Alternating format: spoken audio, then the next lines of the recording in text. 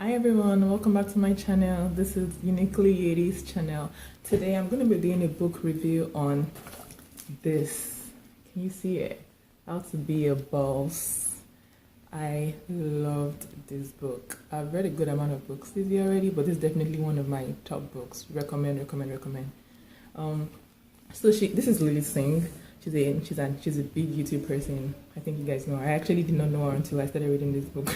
I got to know her then. But she defined being a boss. Well, boss means a person who exudes confidence, hustles relentlessly, reaches goals, gets hurt efficiently, and smiles genuinely because he or she has fought through it all and made it out on the other side.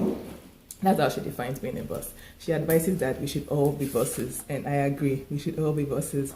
The one thing I really loved about this book was the fact that I felt like she was able to, the focus wasn't just on success and money and finances, and she hadn't even touched on that, but she really went into like what it takes to be successful in every area of your life, whether it's academic, whether it's financial, whether it's spiritual, whether it's emotional, whether it's relational. Like she really touched a lot of different aspects of our lives and figuring out how can we be successful in all of this, at the same time. And that's what it means to be a boss, not just being successful at work, but balancing your life efficiently. I love the holistic view she had while writing this book, and I feel like if I can describe this book in 4 words, it would probably be funny. She was quite funny in the book. She would have like different like styles. I don't know if you guys can see it. Okay, this way. Okay, see that? And it was just, she just had like different really fun things that she had in front of every chapter. She had like stories she told after every like part. She had like 3 parts. Every part she had like a story she told. While she in her writing, her style of writing, she would say like funny things and to keep it fun, but also passing on the message. I love that about the book. It's practical. That's my number 2 that I like. I like that it's practical, that it's something that you can actually start working on. I love that. You can start working on being effective. You can start working on making to-do lists. You can start working on achieving your goals. You can start working on managing your emotions and having somebody, keep you accountable. Like these kind of practical steps that you can employ. What else? It's challenging because the things that she said that, I feel like for me, I had to like confront in my own life. Okay, how can I do this better? How can I get off my butt and do what I have to do and stop procrastinating? So it was definitely challenging, and it was inspiring to know that, she was able to do it, and she inspires us to do the same thing. And I love this book. I'm not a big like self-help book person or whatever, but this one I recommend. So guys, see my list of everything I want to talk about today. Hopefully it's going to go fast. These are just a couple of points, not couple points that I learned from this book. And she talked about molding your failure. Okay, so number 1, mold your failure. She talked about how we can mold our failures and look at our failures as opportunities in disguise to be better, to learn, to grow. And I'll read something she wrote. She said, often we are too busy being disappointed or upset to recognize that the tools we need to create a new masterpiece are right in front of us. They just require a little rearranging and assembly. Don't let disappointment blind you to potential.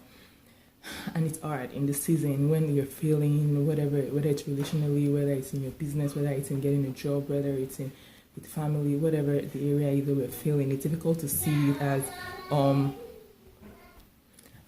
it's difficult to see our failures as opportunities to, to grow and be better, and opportunities for success, because at that point it hurts, at that point it sucks, at that point it's depressing. You don't want to see it as that. And just start talking about a little rearranging, a little assembly can lead us to a great potential if we can just mold our failures correctly. Like, I love that point. The second point, set deadlines.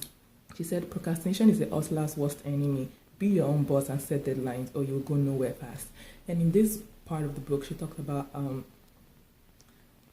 being your own boss and how we grew up going to school. Your parents say go to school, your teachers tell you do this, and then you do your work, you submit it, you do it because there's accountability. And when you get out of college, now you're basically your own boss. Whether you work for somebody or not, you need to control yourself. You need to wake up in the morning, you need to take a shower, you need to go to work. You need to take these classes, you need to do this extra thing, you need to take this certificate. Have to be your own boss now, you have to discipline yourself now, and you're accountable to yourself. And to do that, she says set deadlines, to make sure that you're doing what you're supposed to be doing and you're being effective.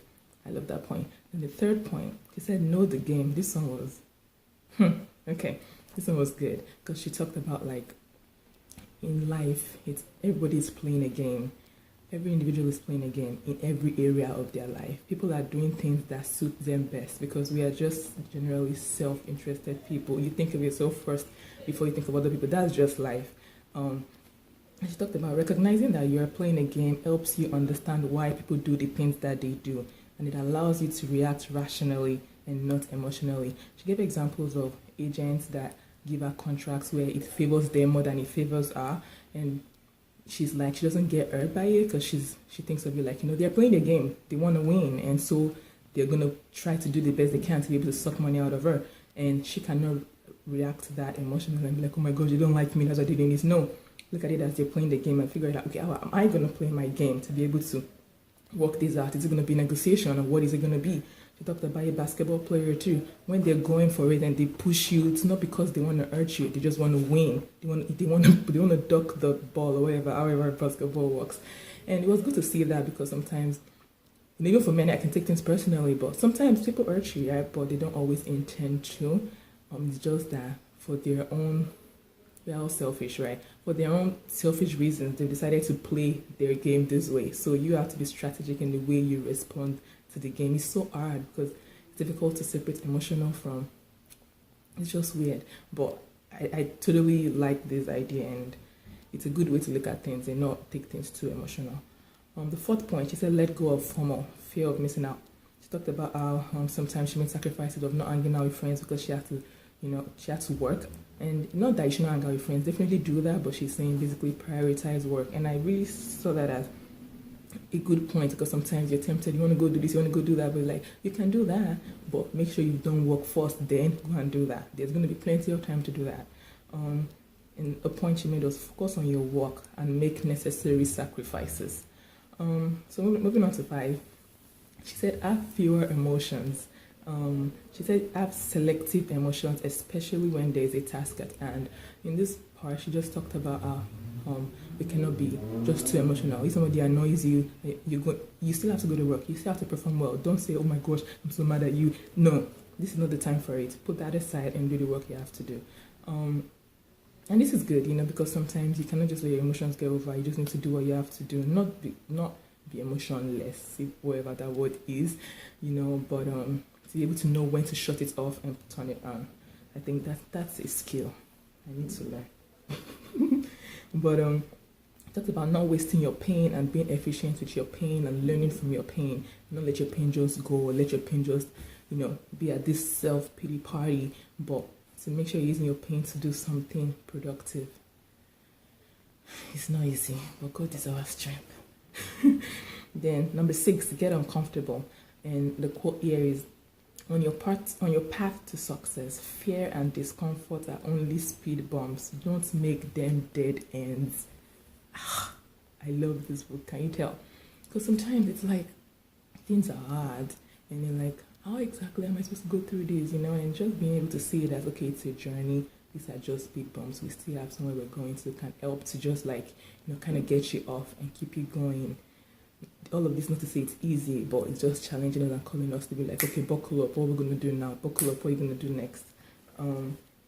Then number 7, she says be secretive. The more details people know about you, the weaker you become. Be selectively secretive.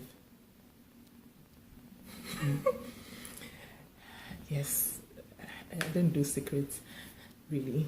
Everybody has secrets, right? But I just don't really like it.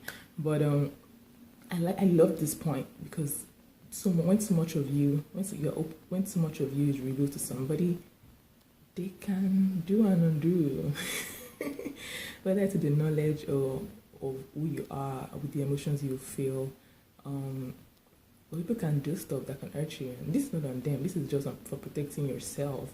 Just know where your threshold is in being open to people and who you're being open with, and just choosing selectively secretive. Who is it? Who am I saying this to? Have they earned, have they earned my trust enough for me to say this to them? Should I even say this to them? And being wise about what you say to people so you don't give them control over your life. I love that point too. Then number 8, appreciate things. She talks about I'm gonna read page 304. Page 304. Where are you? Okay. In this page, she gave an example. Let me read it quickly. I was recently talking to my friend David when he said something life-changing. He was actually repeating something his professor said to him. This is what the professor said. There's a lot of horrible things happening in the world, and to deal with it, you have 2 choices. You can pretend it doesn't exist and be numb to it. You can probably do this and live a long, happy life and still feel like a good person. Or you can recognize that you won the lottery with your privilege and do something with your winnings. Yes. This is just being appreciative of whatever it is that you have, knowing that you're always better than somebody else, and it's a blessing to have the things that you have, whatever that might be. When you sit down, you're going to be able to make a list of that, and just knowing that, okay, this is what I have, what can I do with it? Because somebody else is probably praying for it somewhere, and they plan on doing something with it, but you already have it. What are you going to do with it? Is it the air that you breathe that somebody has to pay for in the hospital? Is it the fact that you have a job that somebody is looking for jobs for years? Like, what is it? What's your winning card? Play it right. Okay, so that's that one. Then number 9, have values, not hobbies. She talked about letting your action align with your values and not just say things, but actually believe these things that you say. Okay, so number 10, you are a chameleon. You are a chameleon part of the book. She said create an environment where bosses thrive. And in this part, she talked about making sure that where you are is conducive for you. Is it you like sticky notes of encouraging words everywhere for Christians? Is it the scriptures everywhere? Is it music? What is it that keeps your blood flowing? What is it that encourages you? Put that around you. Be reminded of those things. Create a place where you can thrive. Make sure you have the right roommates. Don't leave people that you cannot survive with. Create your space. Create your boss space. Then one more point. Then focus on what deserves your attention. Don't focus on things that don't deserve your attention. Whether it be people, whether it be circumstances, whether it be situations, whether it be jobs, whatever thing, whether it be social media. If it doesn't deserve your attention, don't invest in it. Then 11, say what you mean. In this part, she says, your feelings are authentic to you and therefore they do not need revision. Your feelings are authentic to you and do not need revision. The part here is say what you mean, but don't say it in a mean way, but always say what you mean. What were you trying to say? Don't try to sugarcoat it.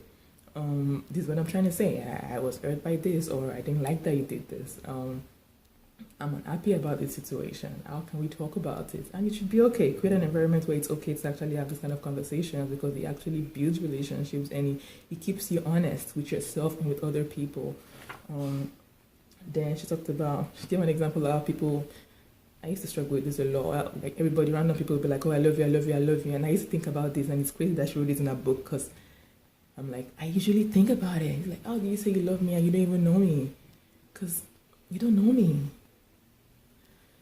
If you don't really mean it, don't say it. Oh my gosh, I struggle with saying this love thing, because it's just it's a strong thing for a lot of people. When you say it, you better be ready to back it up with action. And I think that's what she's trying to say is if you don't really know people, do you really love them? If you do, well, amen. But make sure you mean what you say at every stage, because some people can take your words seriously. Whether it's good or bad, they can take it seriously. So mean what you say. If you meant it bad, I meant it bad. Apologize if you want, and if you don't want, then that just shows who you are, whatever. So number 12, you are an investment. She says, don't sell yourself short by not spending your time, energy, and money in creating the best version of yourself. Invest in yourself, not materials, not social media, not mindless scrollings on Instagram or Facebook. spend time with yourself. Know yourself, invest in yourself. Then number 12, be the dumbest. Ask questions. Be around those who challenge you, who inspire you, who intimidate you. Be around those who teach you. And this is a great lesson, don't always be around the people that you're always comfortable with. Yes, some of them, but also have people in there that are challenging you, that are calling you out, that are making you a better person. Then number 14, have visions. Create a vision board. She's talked about a vision board giving you clarity, a vision board making you more self-aware, a vision board being a constant reminder of the things you want to accomplish. A vision board can be a character trait you want to better, and you want to be more humble, you want to be more loving, you want to be more, outgoing, whatever it is. Of course, visions are bigger than that too. You can say you want to do this in 5 years, you want to do this in 10 years, Just having a vision board and let it be reminding you of the kind of person you want to be, the things you want to achieve, and things like that. Then number 15, she talked about knowing that there is always a bigger boss than you are, and you are not the only boss, and you're not the biggest boss. She says a boss manages what she can control and adapts to situations outside of her control as she acknowledges and knows that there is a bigger boss. And in this, she talks about nature being a bigger boss in the sense that it's not something you can control. You can plan all these things, and an earthquake will come, carry your house away. Things like that. She talked about God for spiritual, religious people, however you want to put it.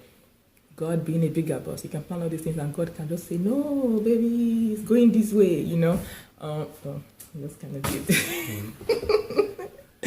But anyways, God being a bigger boss, is what he's going to do, you have to respect the bigger boss, period. Is it God, is it nature, whatever it is for you.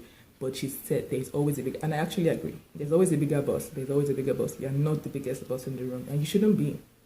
And you don't want to be. You want to keep learning and you want to keep growing. But yeah, I really love this book. I hope you guys check it out. If you check it out, please let me know what your thoughts are about the book. If you read it already, please let me know what you thought. I love the book, obviously. I came up with 15 points, and I have so many highlightings. So many highlightings in the book. But yeah, let me know what your thoughts are, and I hope I was able to share a few things. Hopefully some stuck out to you. But thank you so much for watching my channel. Thanks for all my subscribers. Thanks so much, guys. Take care and have a lovely week. Mwah.